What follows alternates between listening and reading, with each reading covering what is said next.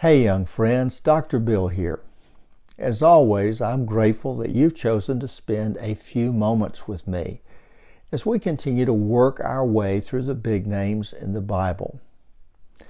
Of late, we have been talking about Jesus and the things that he said and taught. Particularly, we have looked at what Jesus had to say, what he taught in the Sermon on the Mount. And today's lesson comes from Matthew chapter 7, and it's this piece of teaching that we're going to focus on. Jesus said, "Do unto others as you would have them do unto you."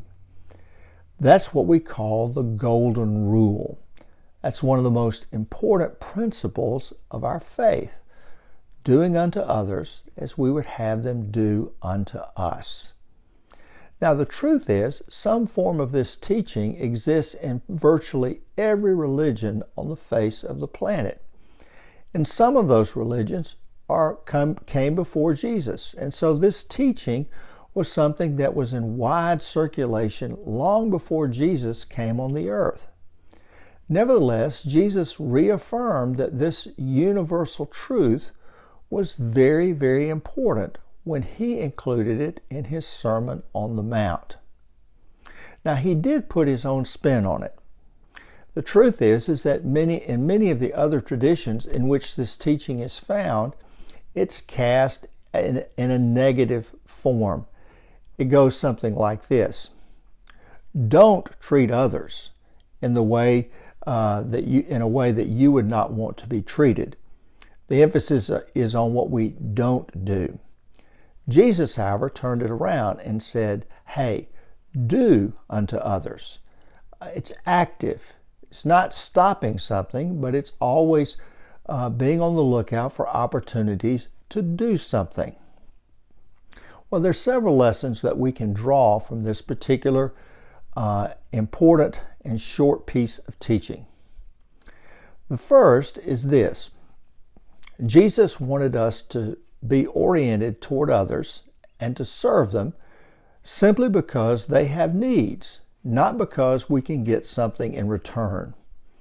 When Jesus said, "Do unto others as you would have them do unto you," he wasn't saying, hey, if you're nice to somebody else, they'll be nice to you.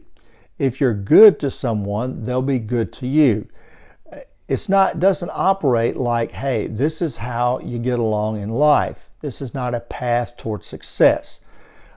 Basically, Jesus was simply saying, pay attention to what other people need and treat them as you would like to be treated.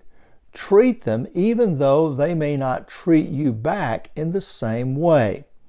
So the idea is that we do good for others even if they don't do good to us in return.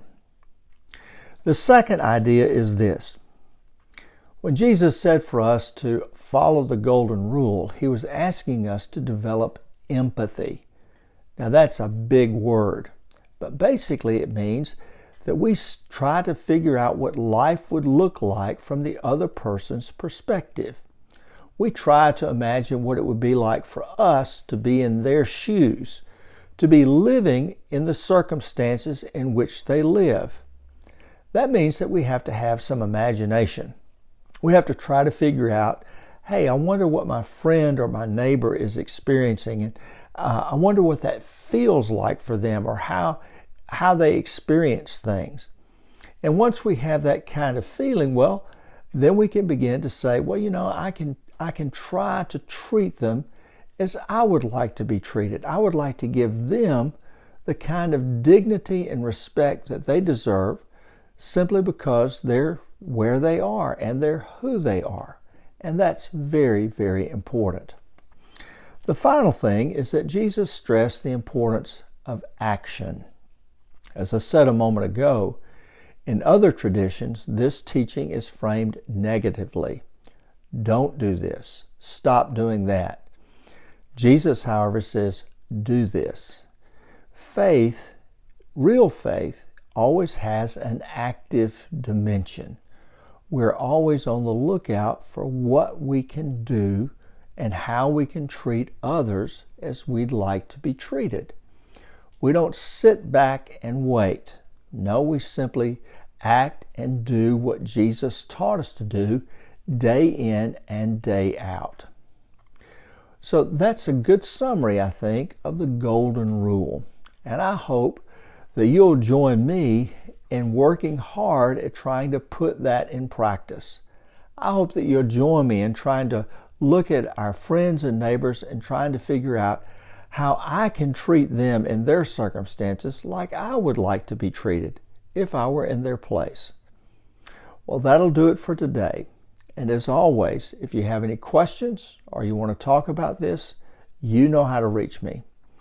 I know summer is really wrapping up pretty quickly and school will be starting soon. So whatever free time you have left during this summertime, I hope you just keep having a great time, and I'll look forward to seeing you again soon. Take care. God bless. Bye-bye.